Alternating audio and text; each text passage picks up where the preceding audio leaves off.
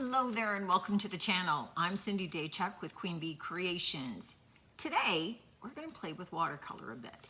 Now if you're not familiar with watercolor, then this is a perfect little painting that we're going to do because it is, I was going to say unmess-upable.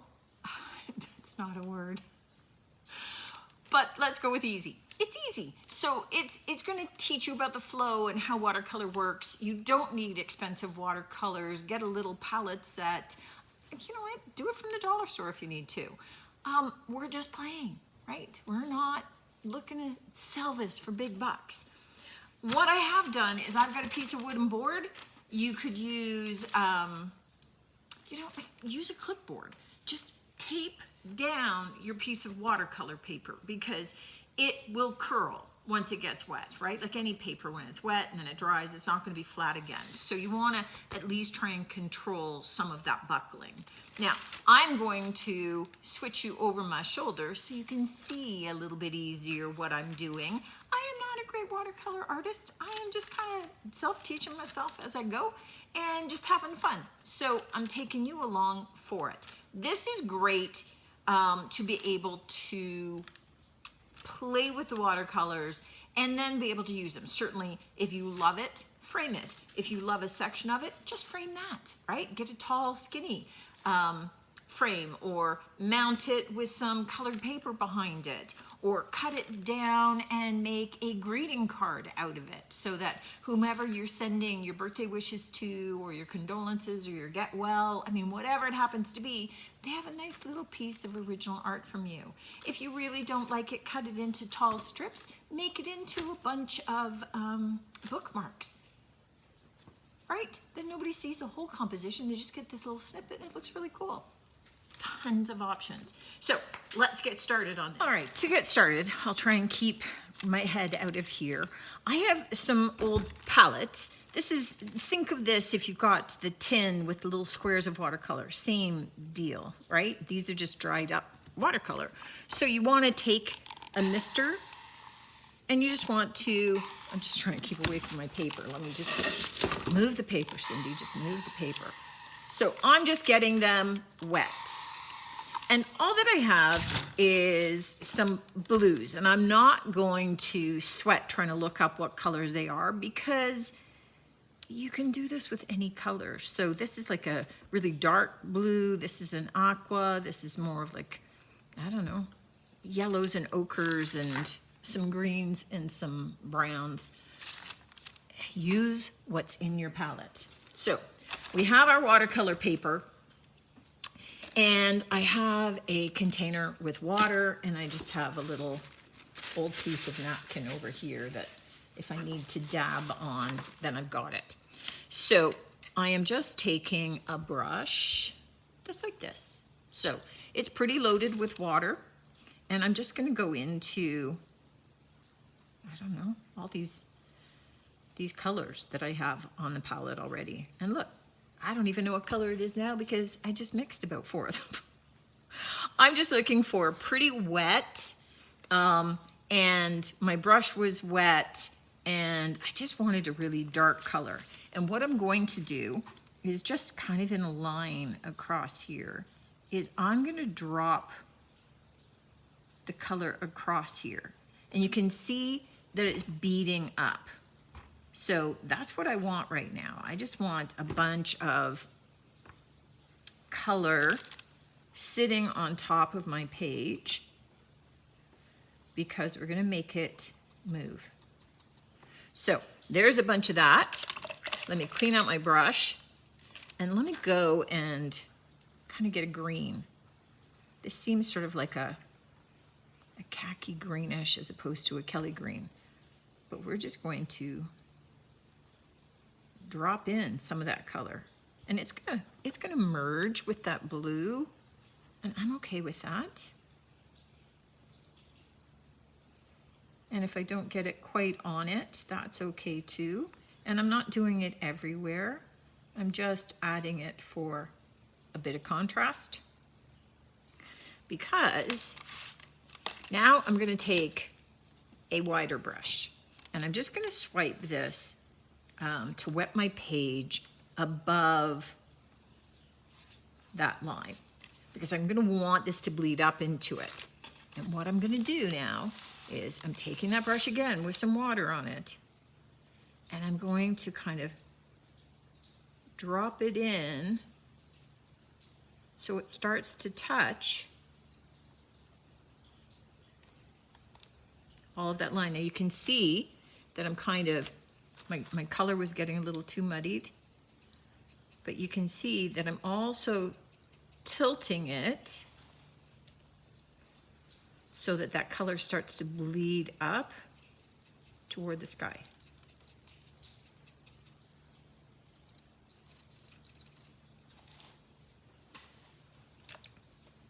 So let me, because I'm starting to get a ridge line up there, I want it to go up even higher. So let me just get the rest of my sky all wet. So you see how we're using gravity to pull that color upward.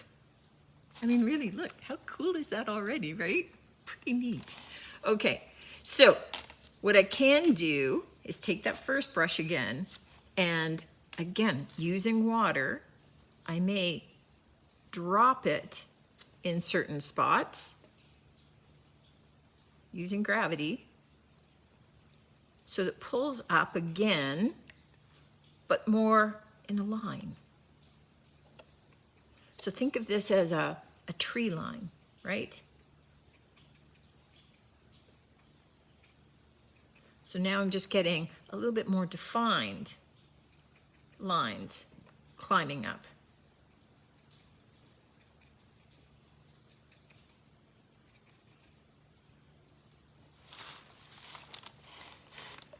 Let's do right over here. I've got lots of paint right there.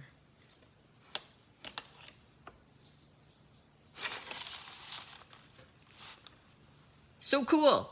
So what I can do now is I can go back in if I'm saying, okay, you know what? I'd like to deepen that a little bit more. So let me add in, this was going back onto the palette over here, and now I'm dropping in more of that wet color.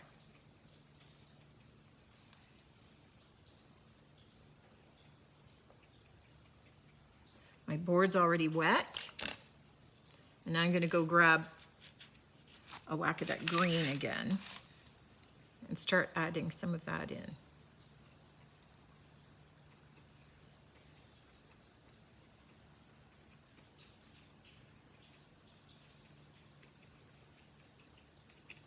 And we're just playing, guys. So, you know, think of it that, you know, the first pass was we got the far away trees in there. Now we're getting maybe a little bit more close-up trees. And because it's already wet, they're going to spread out. We're going to get a lot of those looks, right? This one's a little bit of a blob, so let's take that off. And there we go. We've got some of that action happening. Now, what we can do is come in below, and we can add in maybe a little bit of brown. We added in the greens at the top. Maybe we're going to add in a little bit more of kind of browns and golden colors along the bottom.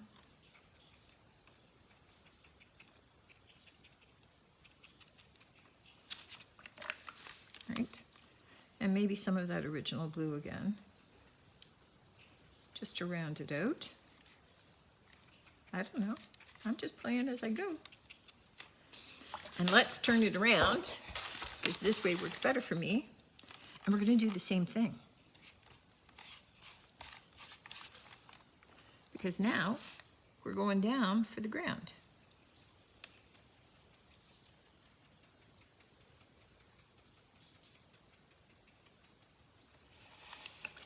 And we're going to let that start to flow as well. And here maybe I'm going to direct it a little bit because I want to have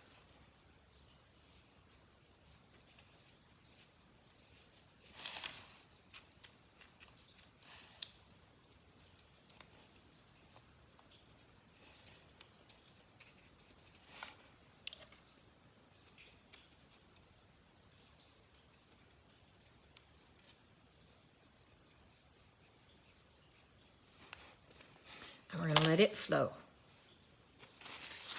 I love doing this, y'all. And we're still in real time. I haven't sped this up. I haven't done anything else. And there's my little watercolor so far. So the other thing that I could do at this stage if I wanted was to take a smaller tipped brush. You can see how fine that is. And I could start to just pull up some very faint lines. We'll do some others later, but these ones are going to be a little more shadowy, right? So that they look a little bit more like tree trunks that are in behind. So they're going to be very faint. And we're just going to let those sit. Oh, I love this spot right in here. I love how that went. Okay. And the other thing that I might do is just take a bit of those browns and golds and stuff and just start dropping a little bit of color here and there just to kind of spread out a bit, but just start to mimic maybe a little bit of uneven ground, right? While it's still just a little bit wet. And I'm going to want to go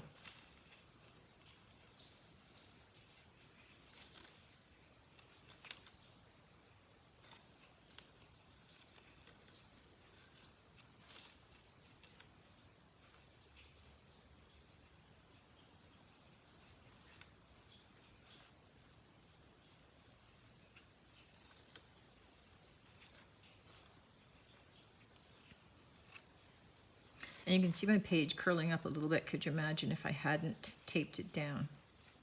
It would have been all buckled up there. Okay, so that little bit of ground just has a little bit more interest kind of up close there. I'm liking that a little bit better. And now we take a break. Now we let it dry. When your painting is dry, you have the opportunity to now go back in and add more color. It gives you an idea of how much kind of the watercolors fade and, you know, gives you an idea of, okay, you know what? I'm feeling a little bit more comfortable, a little bit more confident. I'm going to add a little bit more color in there. And you can start out really pale and then add in a little bit more. So, you know, as you start to feel like, you know, you kind of know what you're doing, you can just go back in. So we're gonna do just that. We're gonna add in, again, a little bit more color along these edges. I'm gonna take it up a bit here and there so that we've got some of our trees in behind. We've got a little bit more color happening in front.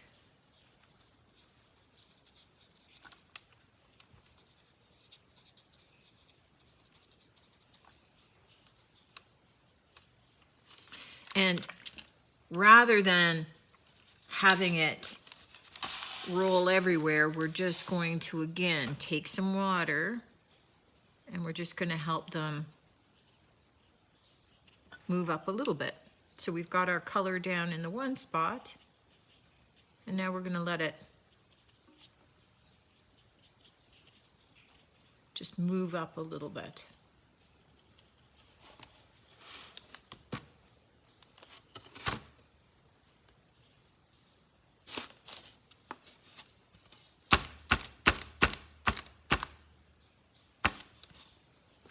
Okay, that's enough of that one.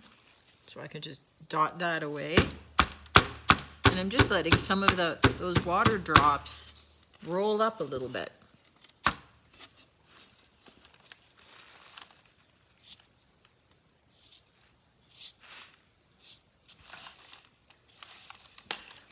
And now, taking my little brush again, I'm going to go even darker with some of this. Let me get a little bit of the brown on there. So we're kind of creating a muddy color, but that's okay. And then I am just going to take that thin brush and pull it up. So just very loosely.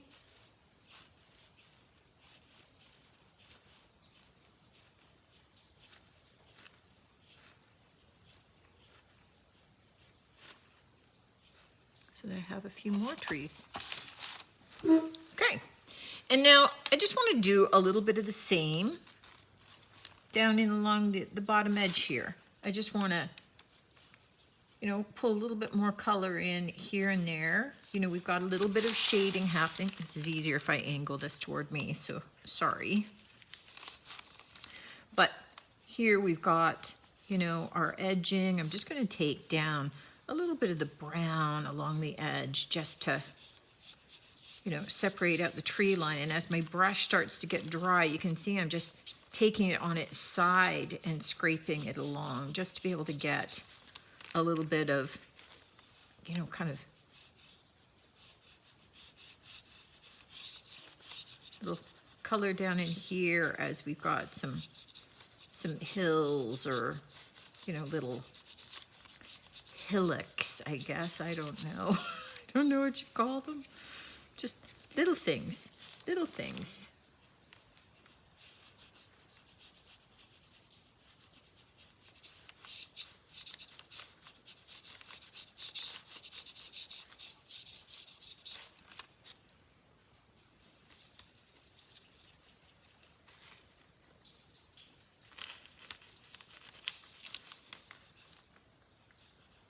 So I'm starting out when my brush is very wet up toward that line there where I'm okay with a little bit more concentrated color. And then when I've got most of that color off, taking it down here to be able to start to fill in, pulling some of the color down. So I don't want to have really dark color right here. So I don't mind the darker color being up in my painting part, and then see, that's a little darker than I'd like. So a little bit of water, and let's just start to spread it out, and then that's all good. That works for me.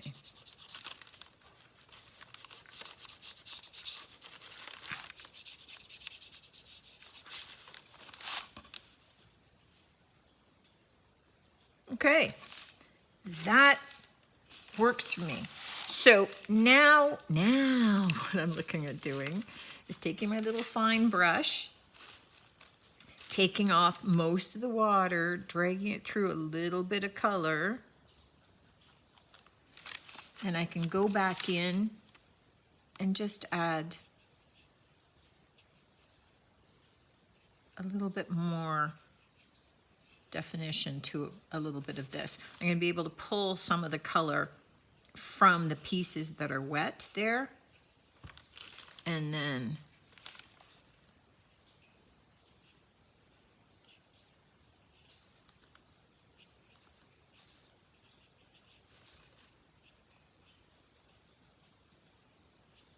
and you can, like, just using the tip, you can get some like really just feather light touches here and there.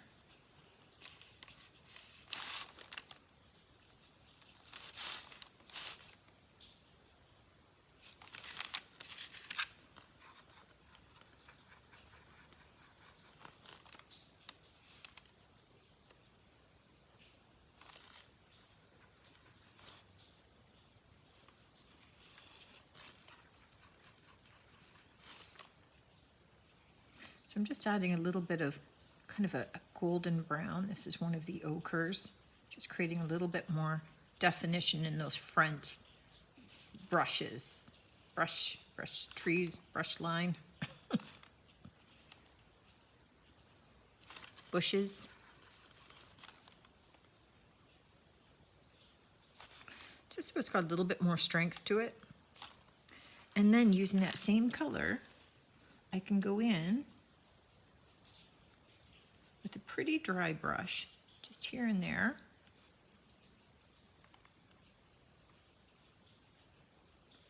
adding some little grasses so you can see that I'm really varying the look and the style of it.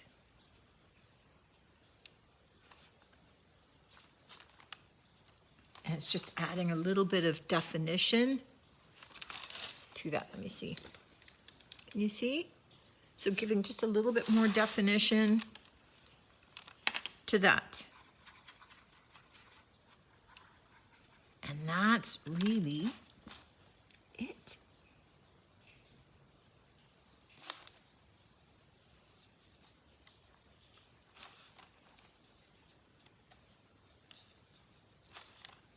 So I'm just following some of those paint lines that I'd laid down so that they have a little bit more definition to them.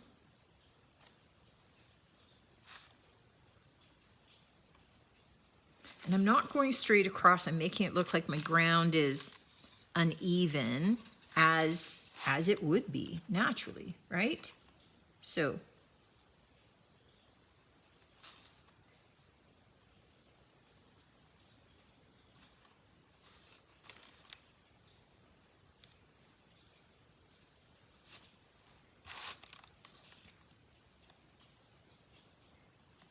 and I think I'm pretty good with that.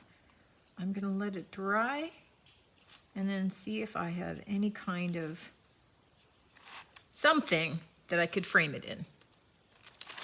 Let me give you a closer look of where we're at. Super easy, guys. And here's our finished picture.